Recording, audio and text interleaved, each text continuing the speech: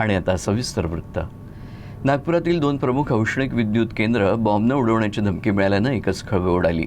मात्र दिलासादायक बाब म्हणजे पोलीस आणि बॉम्ब शोध पथकाच्या तपासात कोणतीही संशयास्पद वस्तू आढळलेली नाही, त्यामुळे सर्वांनी सुटकेचा निश्वास सोडला। मंगळवारी सकाळी नागपूरच्या खापरखेडा औष्णिक विद्युत केंद्रात एका व्यक्तीनं ईमेल पाठवत ड्रोन कॅमेऱ्याच्या मदतीनं 18 बॉम्ब लावल्याची माहिती दिली। ईमेल मिळताच पॉवर स्टेशन प्रशासनानं तत्काळ पोलिसांना याची माहिती दिली। माहिती मिळताच वरिष्ठ पोलीस अधिकारी आणि बॉम्ब शोधक पथक घटनास्थळी दाखल झालं आणि संपूर्ण परिसराची कसून तपासणी करण्यात आली। अनेक तास चाललेल्या तपासात कुठेही कोणतेही स्फोटक न मिळाल्यानं सर्वांनी सुटकेचा श्वास घेतला।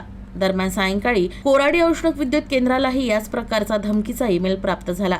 प्रकरणाचं गांभीर्य लक्षात घेऊन कोराडी पोलीस आणि बॉम्ब स्क्वॉडनं संपूर्ण प्रकल्पाची कसून तपासणी केली, मात्र इथेही काहीही संशयास्पद आढळलं नाही। सततच्या धमक्यांना पोलिसांनी अत्यंत गांभीर्याने घेतलं असून अज्ञात व्यक्ती विरोधात गुन्हा दाखल करण्यात आलाय।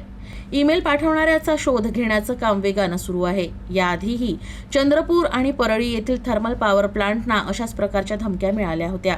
यामुळे एखाद्या मोठ्या कटाचा हा भाग असण्याची शक्यता व्यक्त केली जाते। यामुळे तपास यंत्रणा सर्व बाजूंनी चौकशी करतायत। सध्या स्थिती पूर्णतः नियंत्रणात असून सुरक्षा यंत्रणा सतर्क झाल्या आहेत।